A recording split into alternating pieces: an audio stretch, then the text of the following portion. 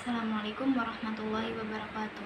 Perkenalkan, saya Rani Kurniawanti, NIM 3520067, mata kuliah Hadis Taqwa, kelas PPIA.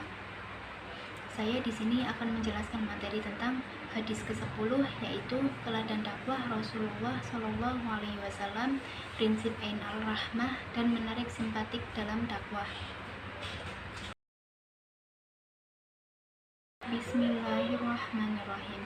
An Umar bin Al-Khattab anna rajulan ala ahdi Nabi sallallahu alaihi wasallam kana ismuhu Abdullah wa kana yulaqabu himaran wa kana yudhiku Rasulullah sallallahu alaihi wasallam wa kana Nabi sallallahu alaihi wasallam qad jaladahu fi syarab fa atiya bi yawma fa'amara bihi fajulida faqala rajulun minal qawm Allahumma al'anhu ma akthara ma yu'ta bihi.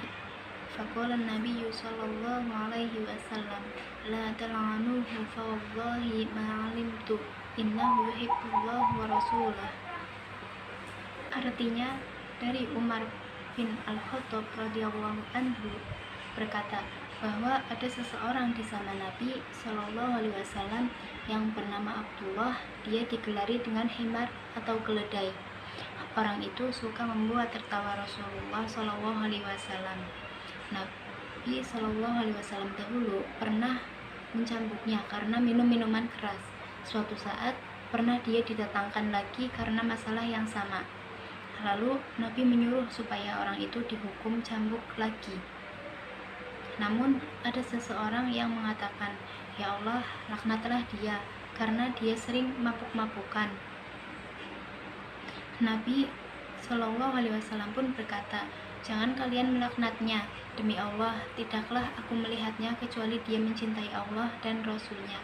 Hadis riwayat Al-Bukhari. Dalam hadis itu membahas tentang kisah seorang pemabuk pada masa Rasulullah. Pada masa Rasul ada seorang laki-laki bernama Abdullah.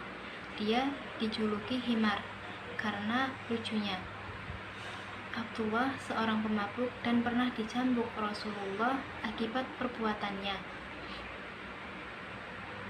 Meskipun Abdullah pemabuk, tetapi dia sering membuat Rasulullah tersenyum karena tingkah, candaan, dan ucapannya yang lucu. Suatu kali Abdullah dibawa para sahabat menghadap Rasulullah untuk dihukum karena ketahuan mabuk atau minum khamar. Para sahabat pun geram melihat tingkah laku Abdullah yang tidak pernah jera dihukum. Saking kesalnya, ada sahabat yang mengatakan, "Laknatlah dia karena sudah terlalu sering dihukum." Mendengar kata laknat tersebut, Rasulullah malah mengatakan, "Jangan kalian laknat dia.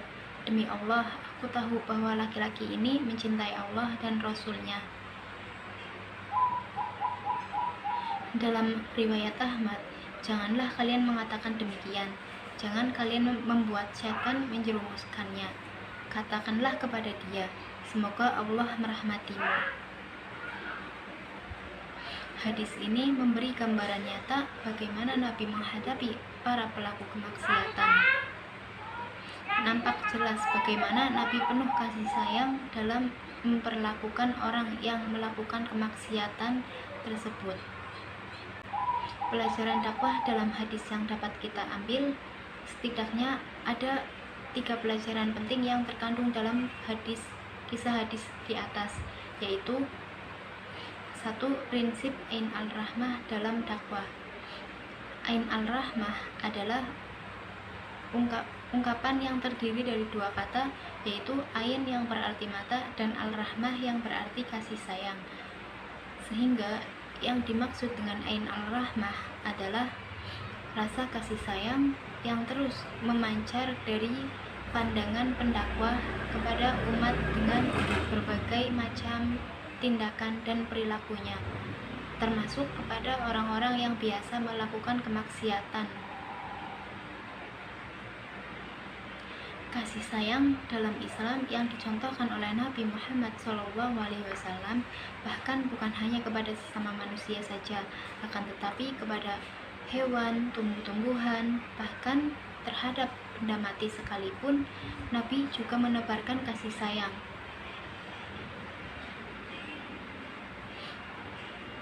Seorang dai ketika dihiasi oleh sifat kasih sayang dan berakhlak dengan akhlak itu, dia akan mempunyai kepekaan perasaan dalam menyikapi orang lain.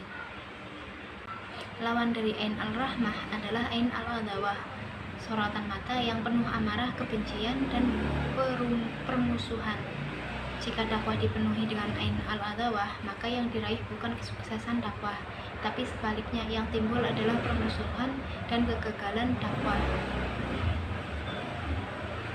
Dalam hadis di atas nampak sekali sikap kasih sayang Nabi dalam menjalankan dakwah, meskipun yang dihadapi adalah orang yang biasa melakukan kemaksiatan minum khamar. Hal ini nampak dari ucapan dan tindakan beliau. Nabi melarang para sahabat yang melaknat orang tersebut. Beliau juga melihat sisi positif orang tersebut, bahwa di hatinya masih ada rasa cinta kepada Allah dan Rasul-Nya. 2. Prinsip tafsir bukan tanfir dalam dakwah. Tafsir adalah menyampaikan ajaran keagamaan kepada orang lain yang isinya menggembirakan orang yang menerimanya, sehingga yang muncul di hati orang adalah rasa simpati dan juga merasa dihargai dan diapresiasi. Sedangkan tanfir adalah menyampaikan sesuatu baik ucapan atau perbuatan yang menyebabkan antisipasi dan tidak respek pada diri sasaran dakwah, sehingga mereka lari menjauh dan tidak simpati dengan ajaran Islam. Dalam proses dakwah, tafsir adalah sangat penting. Dengan prinsip tafsir seperti ini, baik dalam bentuk ucapan maupun perbuatan, maka orang yang didakwahi akan semakin mendekat dan termotivasi untuk menjalankan ajaran-ajaran mulia yang disampaikan. Dalam hadis di atas, Nabi memberikan contoh konkret mengenai hal ini. Orang yang biasa minum minuman keras adalah orang yang melakukan kemaksiatan. Melihat orang seperti ini, Nabi tidak memukakan sisi buruknya dengan mencemooh atau menghardiknya, tapi Nabi malah melihat sisi positif yang ada pada diri orang tersebut, yaitu di hati orang ini masih ada rasa cinta kepada Allah dan Rasul-Nya. Sudah barang tentu ucapan Nabi seperti ini terasa bagai embun yang dirasakan oleh pelaku dosa tersebut,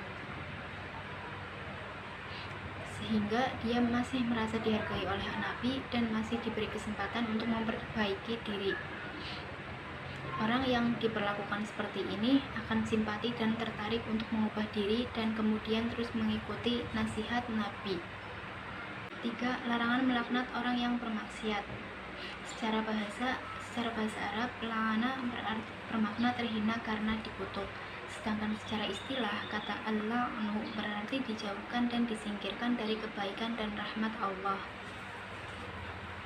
Nabi sangat melarang melaknat sesama umat Islam, termasuk yang masih berlumuran dosa. Dengan melaknat mereka, berarti kita telah menutup pintu bagi mereka untuk memperbaiki diri dan meraih rahmat Allah Subhanahu wa Ta'ala. Doa yang layak untuk orang-orang seperti itu adalah doa supaya mereka dirahmati dan diberi hidayah oleh Allah Subhanahu wa Ta'ala. Kisah dalam hadis di atas menunjukkan bahwa Rasulullah melarang melaknat manusia meskipun pelaku maksiat. Kalau menemukan orang bermaksiat, baiknya tegur dengan cara baik dan doakan agar Allah memberikan kebaikan kepadanya. Jangan sampai teguran itu malah membuat mereka tersinggung dan semakin menjauh dari Islam.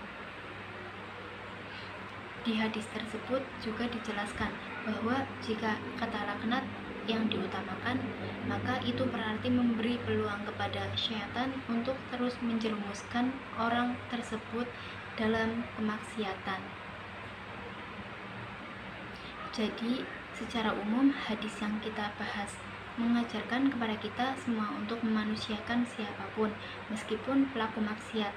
Kalau dia dipuji dan harga dirinya diangkat, lambat laun hatinya juga akan berubah. Apa yang dilakukan Rasul ini perlu diterapkan dalam kehidupan sehari-hari kita, terutama ketika melihat orang yang sering berbuat maksiat. Jangan sampai kita malah melabeli dan memberi stigma negatif kepada orang yang berbuat maksiat, karena stigma itu bisa membuat dia semakin menjauh. Yang perlu dilakukan adalah tetap berbuat baik kepadanya, perlakukan dia seperti manusia pada umumnya, dan pujilah kebaikannya. Karena bagaimanapun tidak ada yang tahu masa depan manusia dan bagaimana nasib manusia di masa yang akan datang. Sekian yang dapat saya sampaikan, kurang lebihnya mohon maaf. Wassalamualaikum warahmatullahi wabarakatuh.